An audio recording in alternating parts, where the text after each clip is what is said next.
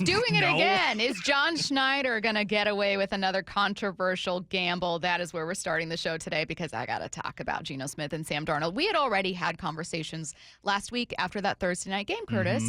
Brian Walters was in, and we were talking about, hey, this might have been Sam Darnold's best game of the season, and this is actually a wonderful start to the season for Sam Darnold. And if you were someone who did not watch a single Seahawks game and have not seen a snap at all this year, you'd look at the stats and you go, oh, it's fine, and you wouldn't think anything of it. If you were actually watching the games, you'd think, wow, He's not only making some big plays, there's some explosiveness to the pass game with Jackson Smith and Jigba catching each of those longest passes in each game from Darnold, but also he's just looked in command. He's not been freaking out under pressure. The narrative about Sam, that was true. I don't want to say narrative. There was truth to it. Hasn't really come to fruition yet this year.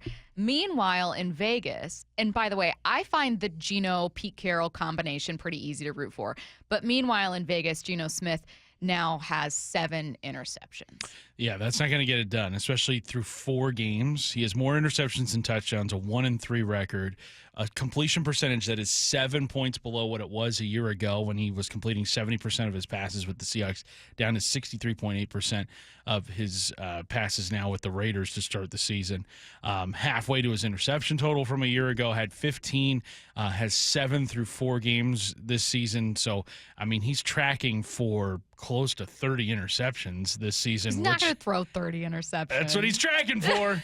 I'm just saying he's on pace. We didn't think Cal was going to hit 60 home runs. And sure enough, he hit 60 home runs right on the dot. On air saying he's not going to hit 60. I think he was tracking for 61 for a while, so technically probably he didn't like late May, around Memorial Day. I think at one point it was he's like, not going to hit 60. Man, that'd be cool if he got to 50. That'd be awesome. And then lo and behold, he hit 60. He kept going. Do you think we're going to have to stop the game mid-game if Geno hits 30 interceptions? Jameis Winston comes out, hands him a crown. It's like, you have been chosen. He's the Roger Maris going to watch. We're like, we interrupt this broadcast. This is a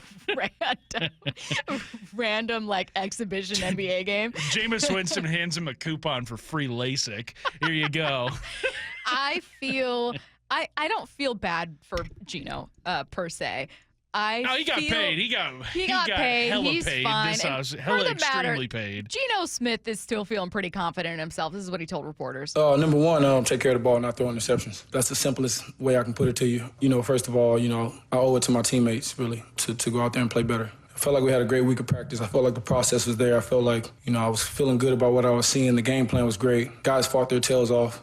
Guys deserve to get this win, and I let those guys down. So there's a lot of things I'm going to have to fix within myself. That's the reality. And, I'm not going to sugarcoat it. I got to be a lot better. And I am a lot better, but it hasn't showed up. The guy that I'm supposed to be hasn't showed up yet. And so, I take pride in, fixing this stuff. Fair answer. What else are you supposed to say? But I think the thing I'm taking away from it is not doing any kind of like, by no means is this a victory lap or gloating about what's going on in another market. Again, I'm rooting for Geno and Pete. I think both of them are a cool pairing. It doesn't affect the Seahawks season whatsoever. It's an interesting story, sure. But it is hard, Curtis, not to watch that game, to watch Geno with 3 interception games now, and not think, man, the worst case scenario that we thought would happen with Sam Darnold, which is just him falling apart under pressure and throwing interceptions and looking like a horrible version of himself, or the Jets version of himself, as opposed to the Minnesota Vikings version. It might be Geno looking like the Jets version of himself. I'm saying, yeah. You look at what Geno is doing in a Raiders uniform right now, and imagine the conversations we would be having if this was going on in a Seahawks uniform. If the Seahawks were able to sign him to an extension, get him locked in for 2-3 more years, and he starts off like this, we would be panicking right now, especially if the Seahawks were a 1-3 record, and he had 7 interceptions in 4 games. Like, there would be a lot of panic set in about what the Seahawks were going to do at quarterback. Does Drew Lock get consideration for starting? I think the thing that's helping him out in Vegas is obviously the investments made into Geno this past offseason, but also like who else are you going to go to in Vegas? Aiden O'Connell? Like, are you kidding me? That's not a absolutely. That's not a feasible you have option. to stick with Geno. Oh, absolutely you do, because he's Pete's guy, and I think Pete is absolutely going to keep Geno in there for as long as possible, because those two are so tight. Those two are just so linked over the last half decade or so, however many years it was that they spent here in Seattle. I mean, obviously Geno was backing up Russ for a couple of years before he became starter. So these two go back a number of years, and I don't think Pete's going to pull the plug on him at all. But just getting back to what this means here in Seattle, though, Stacy, this is now, the third time in, 5 years that the Seahawks have made a huge gamble at quarterback, and it has not blown up in their face. So Russ, Geno, and then Sam. Right. Not to say that Sam is the franchise or anything, but you have been able to, make it through some choppy waters. They were in the best case scenario. Well, best case scenario would be finding that franchise guy, but I completely agree with your point. They were on the winning side of a bet. Mm-hmm. Well, and I think also you look at other teams that have moved on from franchise quarterbacks elsewhere in the league in recent years that have not been able to get back to that kind of level. Pittsburgh, they've gone through Justin Fields, Russell Wilson. They're on to Aaron Rodgers right now. None of those have been long-term investments. Mm-hmm. You look at the Colts post Andrew Luck, it's been like Phillip Rivers, Matt Ryan. The Giants moving on from Daniel Jones. Yeah. Did you just mention that? I was just thinking. I don't know if Daniel Jones is a franchise quarterback yet, but I'm just saying it'd be better for them this year. The Saints in the years following Drew Brees, it has not gone well with Jameis Winston, with Spencer Rattler right now. You had Derek Carr, who was not good for a couple of seasons. The Seahawks have maintained, and I think have also gotten above average quarterback play out of Geno Smith and Sam Darnold in the years post Russell Wilson. And the one guy that has been the common link through all these moves is John Schneider. And you look at what he has been able to do here in Seattle when he first got here. Matt Hasselbeck was still here. I think the only swing and miss that they have had at quarterback is Charlie Whitehurst, which is all the way back in 2011. They gave up, I think, they swapped picks in a second round, and I think gave up a third round for Charlie Whitehurst. He was nothing in the NFL. Maybe the Matt Flynn signing, but also Russell Wilson, we know his story, saved the day. You didn't even have to worry about the money. Well, and you didn't know if you'd get Russ. You didn't know what would happen. You were building up your team. You're trying to find an answer. Exactly. But I just look at the common thread in all these moves, Stacy. It's John Schneider. And I get that Schneider has had other areas where he has been lacking, building the offensive line for sure. But what's the most important position on a football field? It's quarterback.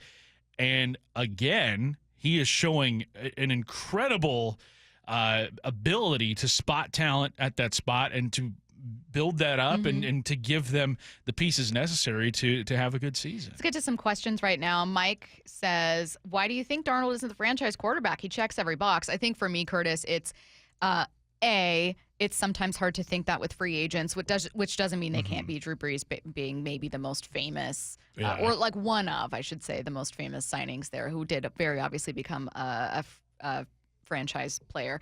However, I think it's just a matter of not having seen it for long enough. Like you kind of have to be convinced of something. I wouldn't even you might say of the Titans, Cam Ward, their franchise guy. It's because he's the number one pick and there's the draft capital invested. You haven't seen it though. So that's kind of how I'm feeling. It's like most of the time you only say he's the franchise guy if A, you've seen it proven, or B, they have so much draft capital invested that he must be. Yeah, and I think another criteria for me that has to be met in order to call a guy a franchise quarterback is somebody that you can see winning a Super Bowl. And I just don't know if that's it with Sam Darnold. We've seen 4 games from him in a Seahawks uniform, and yes, he went 14-3 with the Vikings last year. But in the playoffs, his first ever taste of playoff football, it just looked like everything sped up on him. And it wasn't just the playoff game against the Rams. It was also week 18 against the Lions, too, where he looked like Sam Darnold of old. But what we have seen out of these first 4 games, Stacey, has been Minnesota Sam Darnold. Yeah. And that's another thing, too. Like, Minnesota probably is expressing some regret a little bit, I think. I mean, you've got your quarterback of the future, J.J. McCarthy, who and you has didn't been plan up on and down. him having an injury this year, right? And you didn't plan on him having an injury last year either. It just kind of got forced on you. I think it was more of like they put themselves in a position. This is where Minnesota got kind of both lucky and unlucky. They got lucky in the season they had from Sam Darnold. They got unlucky in that they almost had no choice but to move on because they drafted this guy. What was J.J. McCarthy? 7th overall? I think he was like I can't remember. I know I can't remember if him or Bo were 12th overall then.